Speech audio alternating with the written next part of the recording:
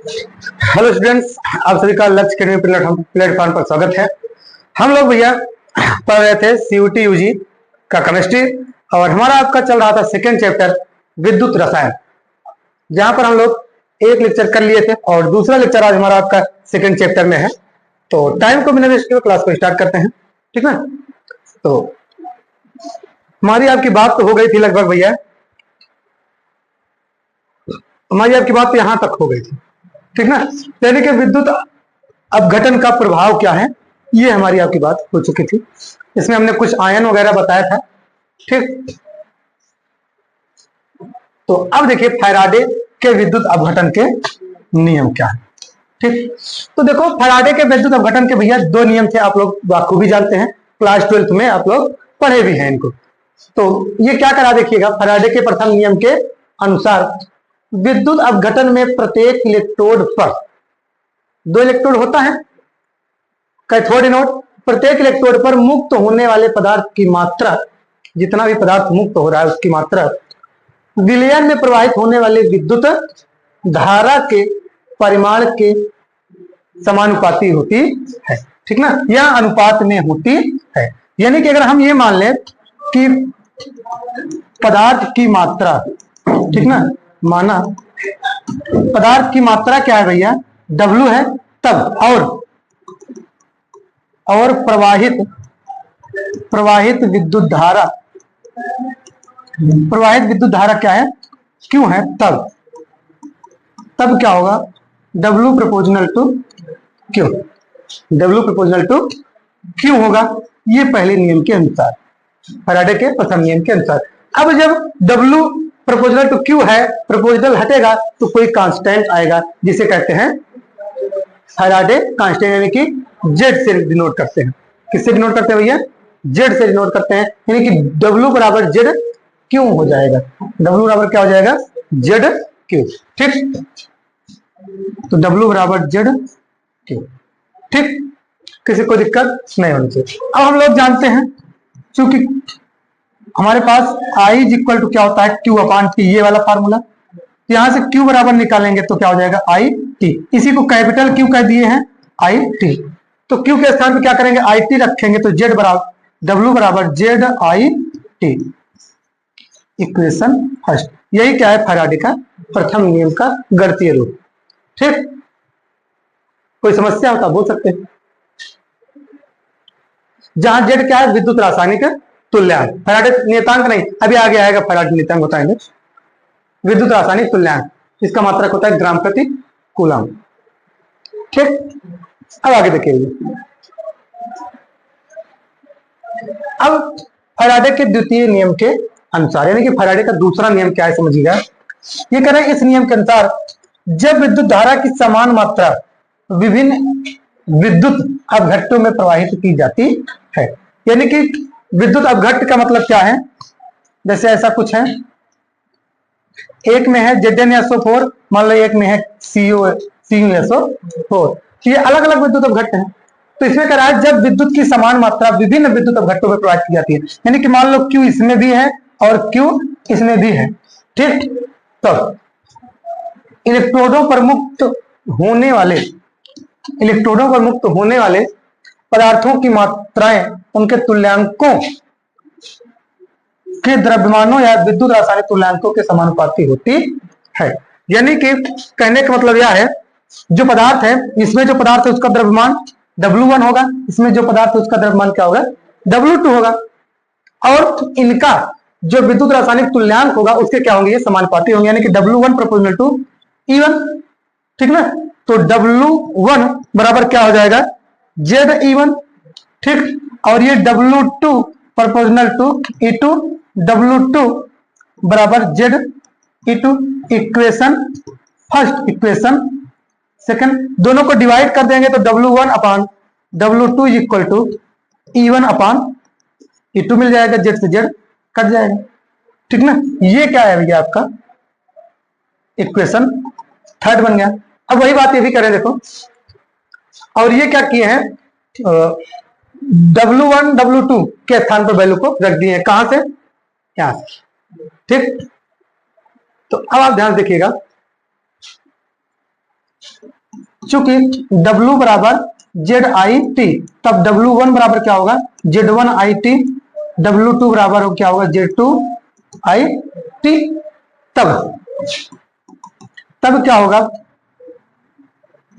Z1IT अपान का Z2IT बराबर E1 अपान E2, ठीक ना, E1 अपान E2 है भैया। अब आप ध्यान देखिएगा, अगर इसको हम लोग काटेंगे तो IT से IT हो जाएगा खत्म, तो Z1 अपान Z2 बराबर E1 अपान E2, E1 अपान E2। किसी को दिक्कत? ये इक्वेशन बना दो आप फोर्थ, यहां पर क्या था इक्वेशन थर्ड, ये क्या था इक्वेशन फोर्थ, ठीक। और इसमें देखो यही कर रहे हैं, अतः किसी तत्व का विद्युत रासायनिक तुल्यांक यानी कि जेड उसके तुल्यांकी भार ई के समानुपाती होता है।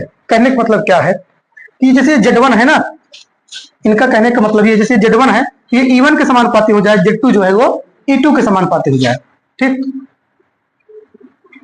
यानी कि ये Z1 प्रोपोर्शनल टू E1 और Z2 प्रोपोर्शनल टू E2, यही बात ये कहना चाह रहे हैं, ठीक। इसको निकाल करके नोट करिए।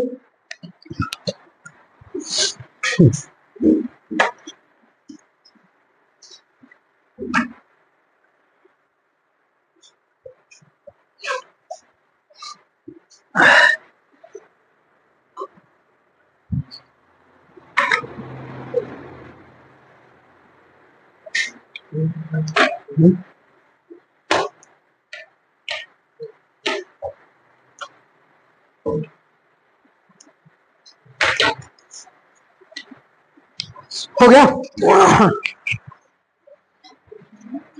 अब देखिएगा भैया आगे, और देखिएगा ये जो आपका ई है, ये ई क्या है तुल्यांकी भार, ठीक ना।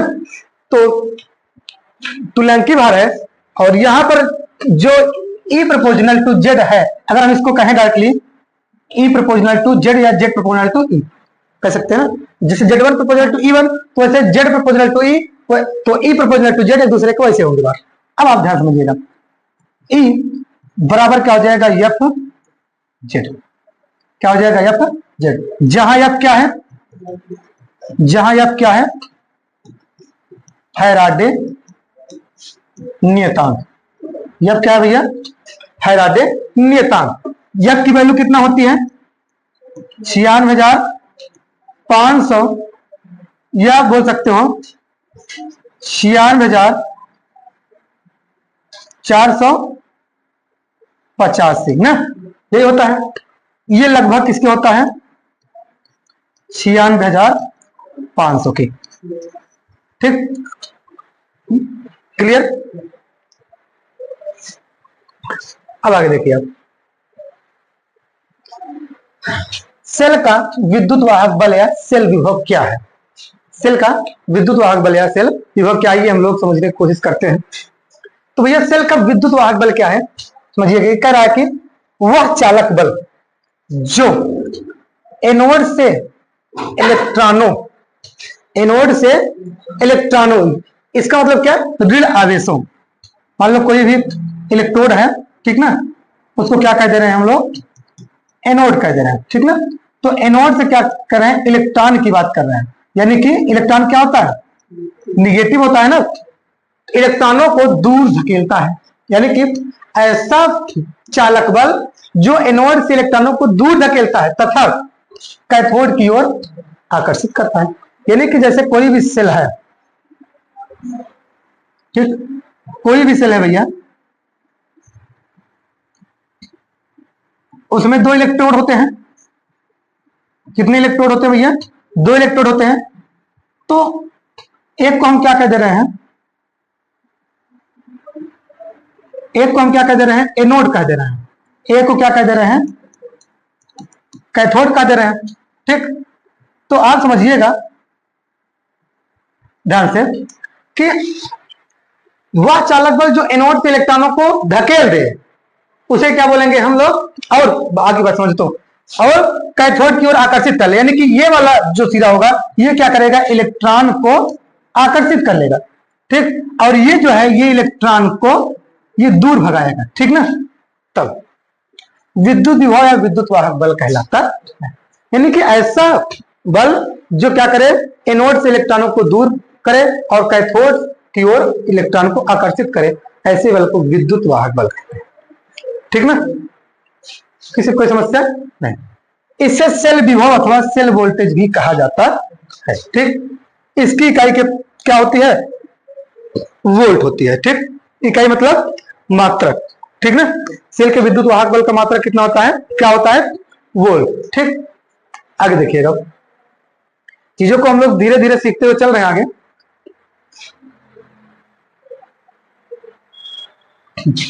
अब ये क्या कह रहे हैं भैया, ये कह रहे हैं दूसरे शब्दों में दो अर्धसेलक क्रियाओं, दो अर्धसेलक क्रियाएं दो होती हैं, अर्धसेलक क्रियाएं दो होती हैं, एक आक्सीकरण और एक क्या होती है, अपचयन। वही कह रहे हैं आक्सीकरण अर्धसेल तथा अपचयन अर्धसेल के इलेक्ट्रोड विभव में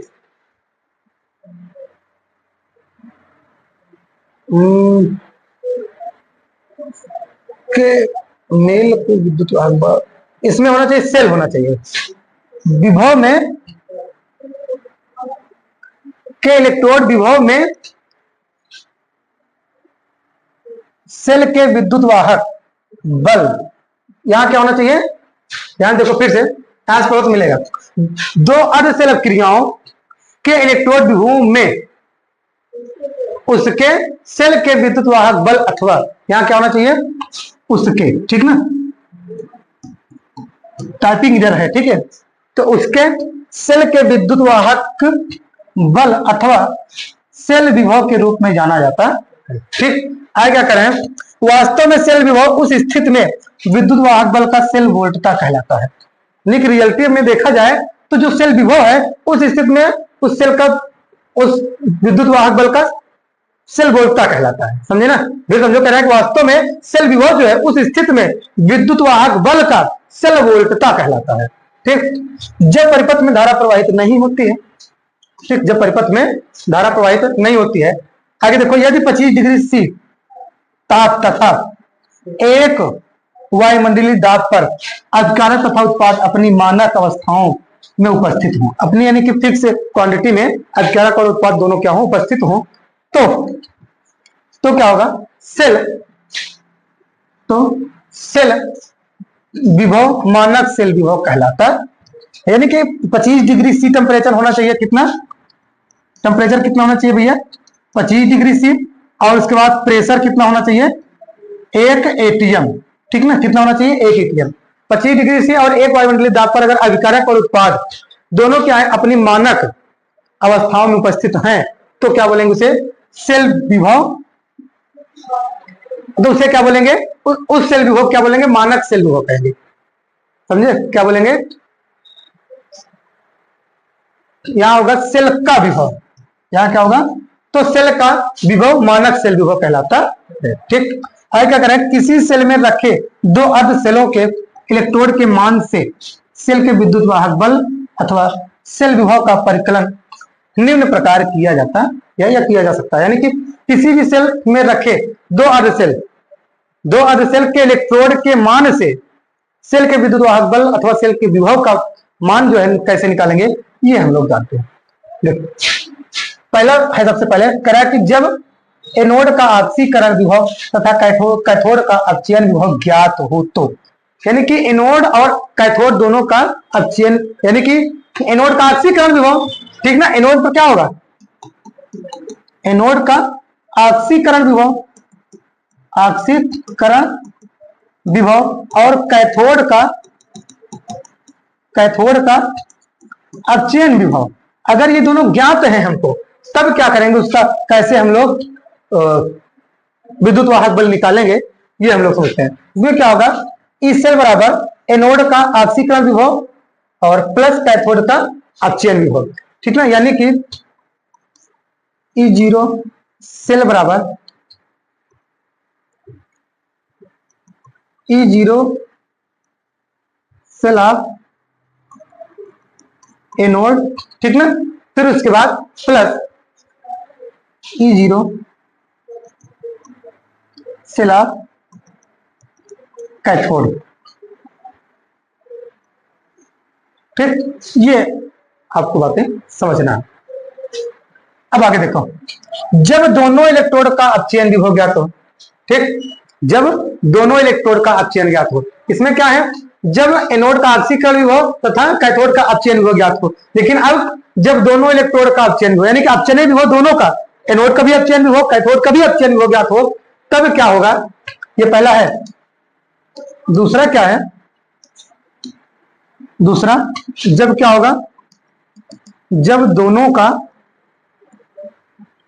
अपचयन विभव ज्ञात हो, तब क्या होगा भैया, E0 ऑफ सेल बराबर, ये आपका E cell of cathode minus E cell of anode, ठीक ना, यानी कि ये हो जाएगा E0 of cathode minus E0 of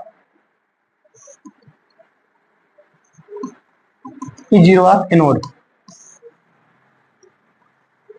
ठीक, ध्यान दीजिएगा, जब एक का ऑक्सीकरण विभव एक का अपचयन विभव ज्ञात हो, तब हम लोग क्या करेंगे, दोनों को जोड़ देंगे। जब दोनों का अपचयन विभव ज्ञात हो तो कैथोड वाले में से एनोड वाले को घटा देंगे। ठीक, अब आगे देखो नंबर 3, जब दोनों इलेक्ट्रोडों का ऑक्सीकरण विभव ज्ञात हो। तीसरा पॉइंट,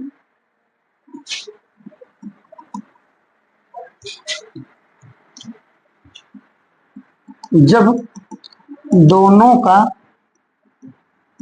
ऑक्सीकरण विभव ज्ञात हो, तो जब दोनों का भैया ऑक्सीकरण विभव ज्ञात होगा, तब क्या करना है आपको, तब एनोड में से कैथोड वाले को घटा देना है। ठीक, जब अपचयन दोनों का ज्ञात है तो कैथोड में से एनोड घटाओ, और जब दोनों का ऑक्सीकरण ज्ञात तो दिया रहेगा सवाल में, जब आपको दोनों का ऑक्सीकरण ज्ञात है तब एनोड में से कैथोड घटाओ, यानी कि जो ज्ञात रहे, एनोड पर ऑक्सीकरण होता है तो एनोड में से कैथोड घटा दो, और क्या बोलते हैं, कैथोड पर क्या होता है, अपचयन, तो जब अगर आपको अपचयन विभव ज्ञात है तो अपचयन में से ऑक्सीकरण वाला घटा दो, समझे, यानी कि तब क्या होगा, E0 ऑफ सेल बराबर E0 of A node minus E0 of cathode.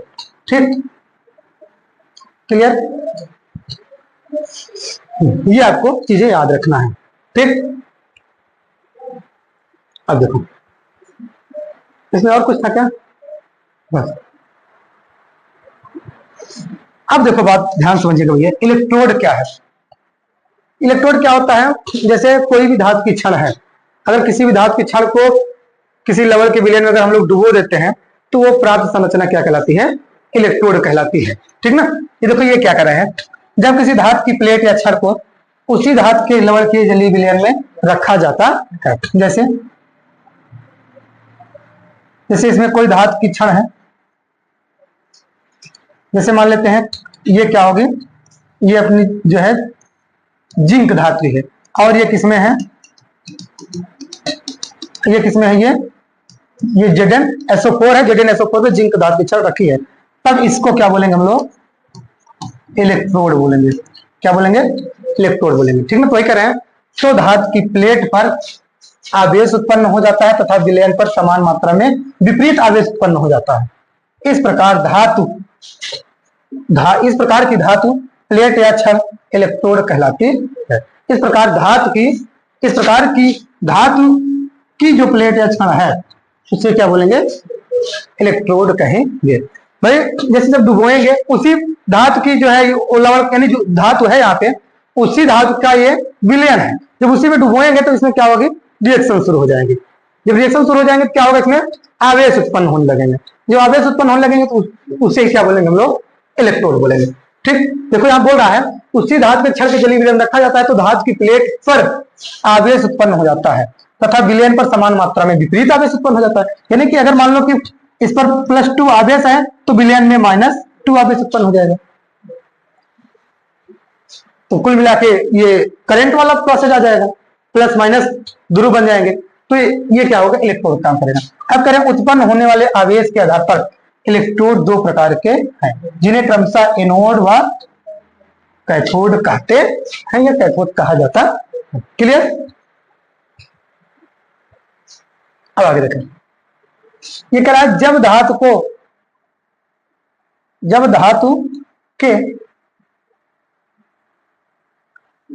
यहां क्या होना चाहिए, प्लेट, क्या होना चाहिए,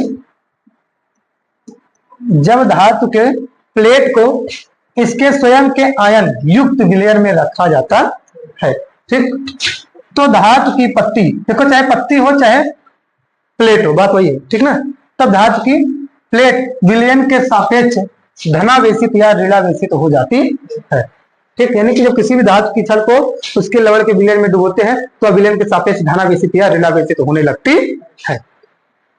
तब कह रहे हैं धातु की पत्तों एवं इसके विलयन के मध्य विभवांतर उत्पन्न हो जाएगा, क्या होगा, विभवांतर उत्पन्न हो जाता है, जिसे इलेक्ट्रोड विभव ई कहते हैं, ठीक, यानी कि जब भी किसी धातु की छड़ को उसके किसी लवण के विलयन में डुबोया जाता है तो विलयन और धातु की प्लेट के मध्य विभवांतर स्थापित हो जाता है, जिसे इलेक्ट्रोड विभव कहते हैं, ठीक ना, जिसे कैपिटल ई से रिप्रेजेंट करते हैं। क्लियर, किससे रिप्रेजेंट करते हैं भैया, कैपिटल ई से रिप्रेजेंट करते हैं। देखो आगे, इलेक्ट्रोड विभव इलेक्ट्रोड की प्रकृति विलयन के ताप तथा धातु आयनों की सांद्रता पर निर्भर करता है, ठीक ना, इलेक्ट्रोड विभव जो भी है वो विलयन की जो प्रकृति होगी उसकी प्रकृति और विलयन के टेम्परेचर और धातु के आयनों की सांद्रता पर निर्भर करता है, ध्यान दीजिएगा।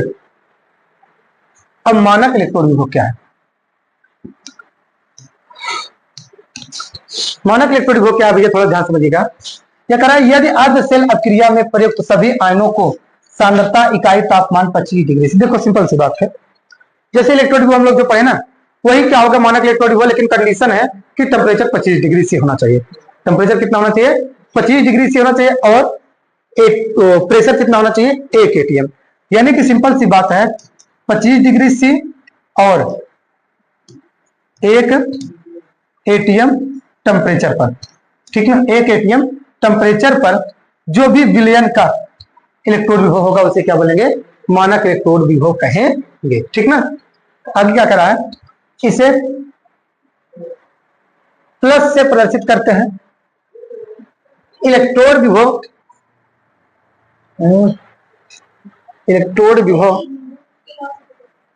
यहां होना चाहिए ई से, ध्यान दो, इसे ई से होना चाहिए ना, इसे ई से प्रदर्शित करते हैं। फिर उसके बाद कह रहे हैं यहाँ E0 को सदैव अक्षयन विभव माना जाता है, E0 क्या माना जाता है, अक्षयन विभव, जब तक कि यह बताया नहीं गया हो कि ऑक्सीकरण विभव है, यानी कि अगर ये ना पता हो कि ये ऑक्सीकरण विभव है कि अक्षयन विभव है तो हम लोग अक्षयन विभव ही मान के चलेंगे। अब आगे देखो, विद्युत रासायनिक सेल पे आ गए हम लोग। देखो सेल क्या है, सेल कई प्रकार के, सेल क्या है, कई प्रकार के आप लोग पढ़े होंगे, गैल्वेनी सेल, वोल्टी सेल, ठीक, और कई प्रकार के सेल हैं। इसी के उदाहरण में आ जाता है आपका डेनियल सेल, ठीक, तो थोड़ा समझते हैं आगे। क्या कर रहा है, यह एक ऐसी व्यवस्था है जिसमें रासायनिक ऊर्जा तथा विद्युत ऊर्जा का एक दूसरे में अंतः परिवर्तन होता है, यानी कि यह एक ऐसी व्यवस्था है जिसमें क्या होगा, रासायनिक ऊर्जा तथा विद्युत ऊर्जा का एक दूसरे में ऑटोमेटिक यानी अंदर ही क्या होगा, इंटरनली क्या होगा, चेंजेस होगा, ठीक। ऊर्जा परिवर्तन के आधार पर विद्युत रासायनिक सेल दो प्रकार के होते हैं, यानी कि ऊर्जा परिवर्तन मतलब रासायनिक ऊर्जा से विद्युत ऊर्जा में, पहला क्या है, रासायनिक ऊर्जा से विद्युत ऊर्जा में, ठीक ना। दूसरा क्या है, विद्युत ऊर्जा से रासायनिक ऊर्जा। इसके आधार पर सेल कितने प्रकार के हो गए, दो प्रकार के हो गए। नंबर एक क्या है आपका, विद्युत अपघटनी सेल, क्या, विद्युत अपघटनी सेल। इस सेल में विद्युत ऊर्जा के द्वारा रासायनिक ऊर्जा उत्पन्न की जाती है, ठीक। इनमें बाह्य विद्युत धारा की सहायता से असतत यानी कि लगातार रेडॉक्स अपक्रिया संपन्न कराई जाती है। रेडॉक्स अपक्रिया मतलब, रेडॉक्स अपक्रिया मतलब आप जानते होंगे, रेडॉक्स अभिक्रिया, रेडॉक्स अपक्रिया में क्या होगा, एक होता है ऑक्सीकरण और क्या होता है अपचयन। ऑक्सीकरण में क्या होता है, कोई भी धातु है मेटलियम, इसमें से क्या होता है ये पॉजिटिव हो जाता है, इलेक्ट्रॉन निकल जाते हैं। इसमें क्या होता है, कोई भी धातु यम है, इसमें इलेक्ट्रॉन जुड़ जाता है और ये मेटल ना होकर के नॉन मेटल होगा, ठीक है। जैसे मान लो Cl मान लेते हैं, ठीक ना, क्लोरीन लिख देते हैं, ये क्या हो जाएगा Cl माइनस। यहाँ पर जैसे एग्जांपल में Na हो सकता है, तो Na प्लस और इलेक्ट्रॉन माइनस होगा, ठीक है। कोई दिक्कत किसी को? अब आगे देखो, यानी कि ये रेडाक्स क्रिया लगातार होगी, एक तरफ से इलेक्ट्रॉन निकलेगा, एक तरफ इलेक्ट्रॉन ग्रहण होगा, इलेक्ट्रॉन निकलेगा, ग्रहण होगा, इलेक्ट्रॉन निकलेगा, ग्रहण होगा, इस तरह से धारा पर। तो इसमें क्या हो रहा है भाई, विद्युत ऊर्जा जब देंगे हम तो रासायनिक ऊर्जा उससे हमको आपको उत्पन्न होगी, ठीक। एग्जाम्पल में लेड अम्ल बैटरी आवेशन के समय में लेड अम्ल बैटरी होगा, जैसे आप लोग बैटरी देखे होंगे वही, ठीक ना। दूसरा क्या है, गैल्वेनी या वोल्टेज सेल। पहला क्या है आपका वैद्युत अपघटनी सेल, दूसरा क्या है गैल्वेनी या वोल्टेज सेल। क्लियर?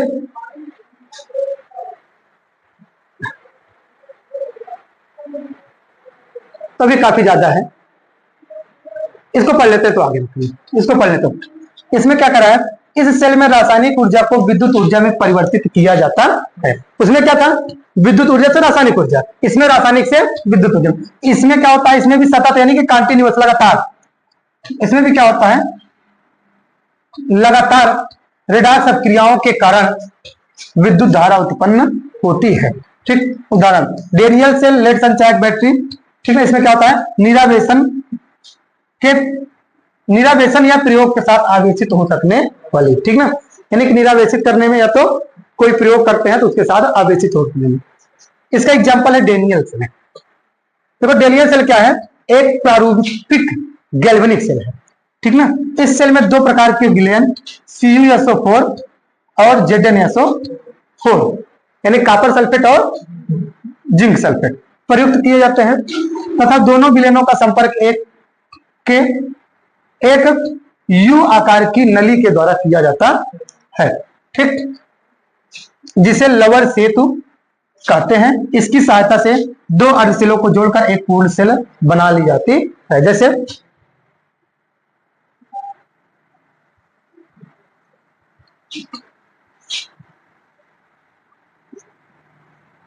ठीक, तो इसमें क्या है,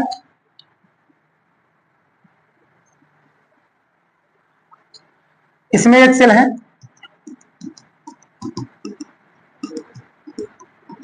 ये क्या है भैया,